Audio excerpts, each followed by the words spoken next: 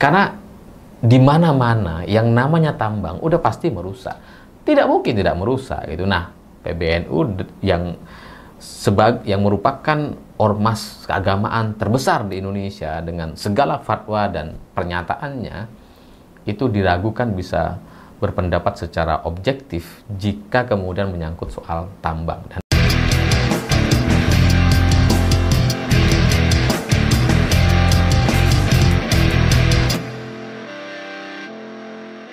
Selamat malam semuanya. Isu tambang di Raja Ampat mau nggak mau harus menyeret nama PBNU karena salah satu komisarisnya adalah Ketua PBNU bidang keagamaan, yakni Gus Fahrur atau Kiai Haji Fahrur Rozi.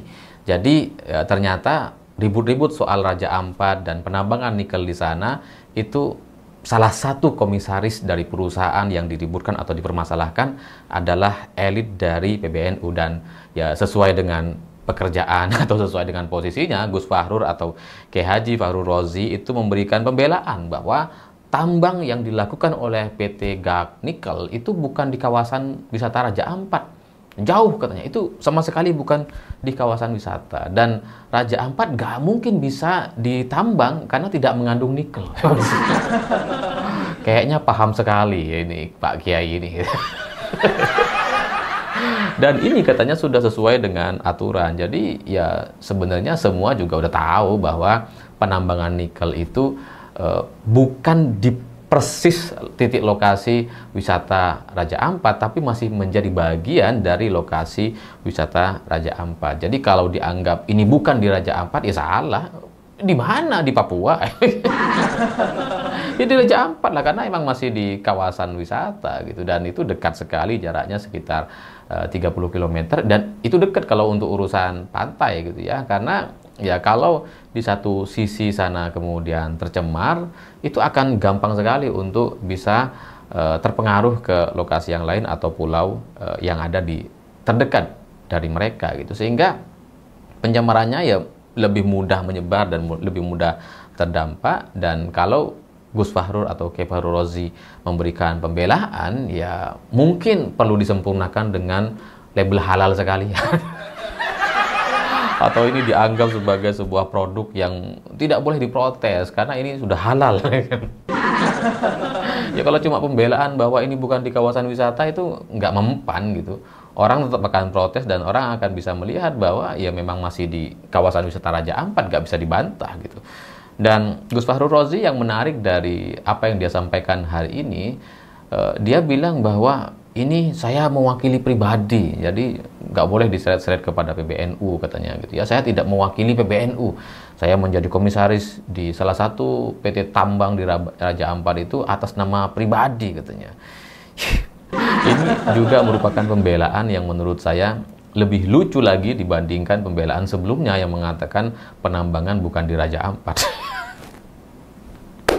Ya logika aja lah gitu. Gus Fahrur atau Kiai Fahrur Rozi ini kalau bukan karena menjabat Ketua PBNU bidang keagamaan, mungkin nggak dia jadi komisaris tambang di Raja Ampat? Mungkin nggak? Bagi saya nggak mungkin. Kalau dia tidak membawa embel-embel jabatannya sebagai Ketua PBNU bidang keagamaan, ya mana bisa dia jadi komisaris gitu. Dia mau jadi komisaris dari jalur yang mana? Jalur pribadi.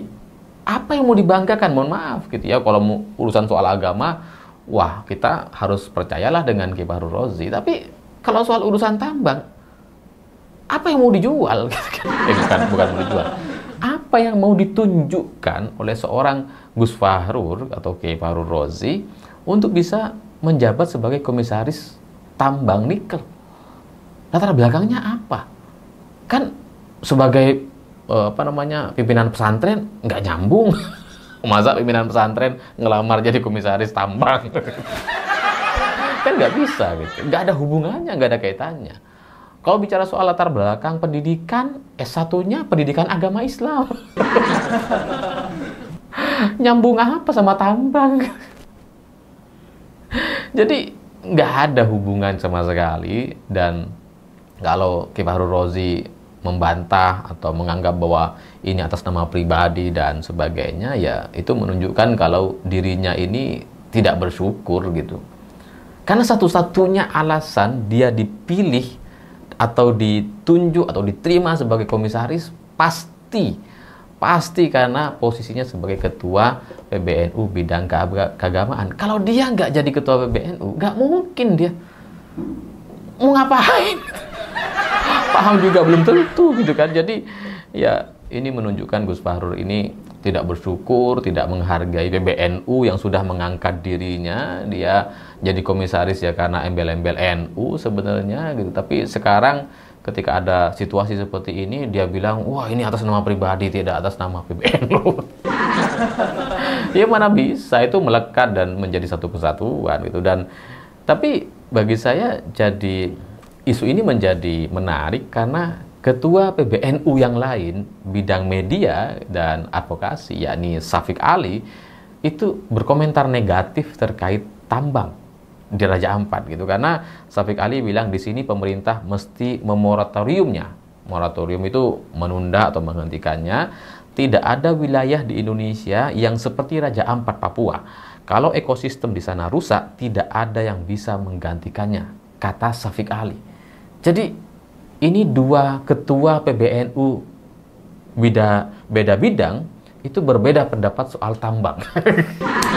Tapi komentar Syafiq Ali lebih masuk akal ya, mungkin karena dia memang bidangnya bidang media gitu ya. Dia melihat pembicaraan di media sekarang sangat negatif sekali sehingga nggak bisa untuk tidak dihentikan rasanya gitu. Jadi Syafiq Ali sebagai ketua PBNU bidang media sudah paham betul pola-pola yang pembicaraan terjadi di media sehingga dia merekomendasikan untuk moratorium. Sementara Kiai Haji Fahru Rozi sebagai ketua PBNU bidang keagamaan ya nggak ngerti soal media, nggak ngerti juga soal tambang. Makanya kemudian hanya berharap ini ya dilanjutkan. Karena sudah sesuai. Karena itu memang lokasi tambang. Jadi ini ada dua ketua PBNU yang saling berseberangan gitu. Ketua PBNU bidang keagamaan mengatakan bahwa tambang nikel di Papua ini ya patut dilanjutkan karena memang ini adalah wilayahnya penambangan, tidak dilakukan di area wisata Raja Ampat. Sementara ketua PBNU bidang media berharap ini ditunda atau di moratorium atau dihentikan gitu, untuk dia kemudian dievaluasi dan sebagainya. Dan ini gara-gara tambang, gara-gara tambang nikel, dua ketua PBNU jadi bisa berbeda pandangan, berbeda pendapat gitu. Sehingga ya ini bagi saya udah nggak sehat gitu. Ya memang nggak adil sih, mau gimana lagi gitu. Bagi Kiai Fahru Rozi, udah pasti dia nggak akan mempertimbangkan komentar-komentar orang atau analisa atau dampak sosial dan sebagainya.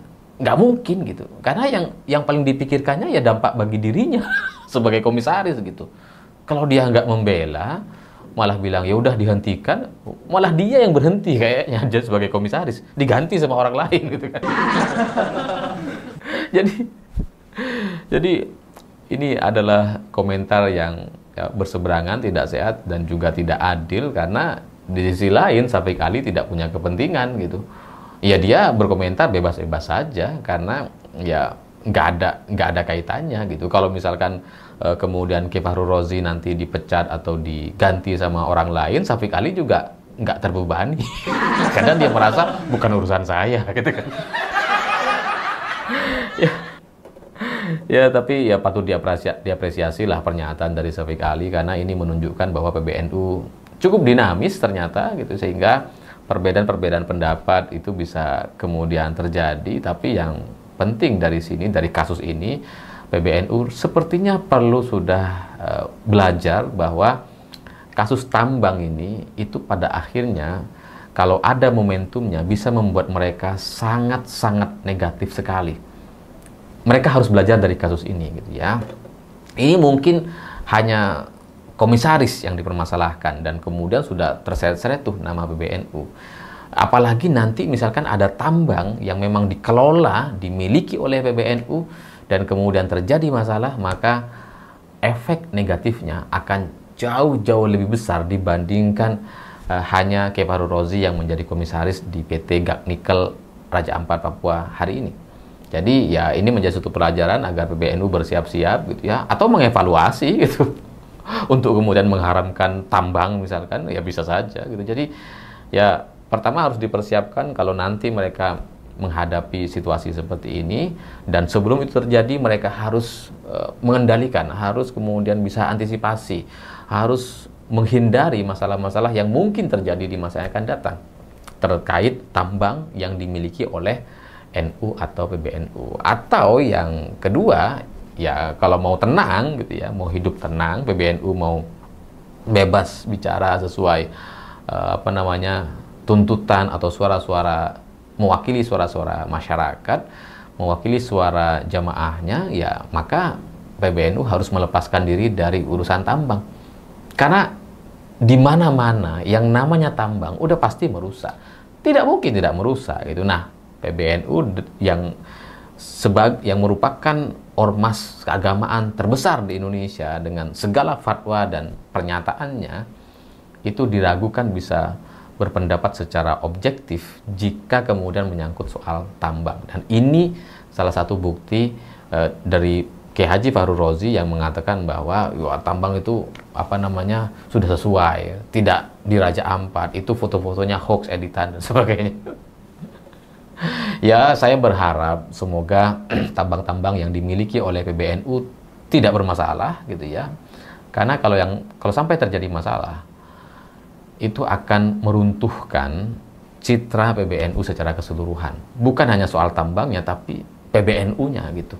Kalau tambang ini hanya urusan uang lah. Tapi PBNU ini soal lembaga, soal organisasi yang begitu besar, yang selama ini dianggap menjadi bagian representasi agama Islam di Indonesia. Ini kalau sampai tidak dipercaya, sampai kemudian tidak diacuhkan lagi dan dianggap tidak perlu didengar oleh mayoritas masyarakat Islam di Indonesia, ya itu akan jauh lebih buruk dibandingkan hanya kehilangan tambang-tambang saja. Saya pikir itu. Terima kasih sudah menonton. Begitulah kura-kura.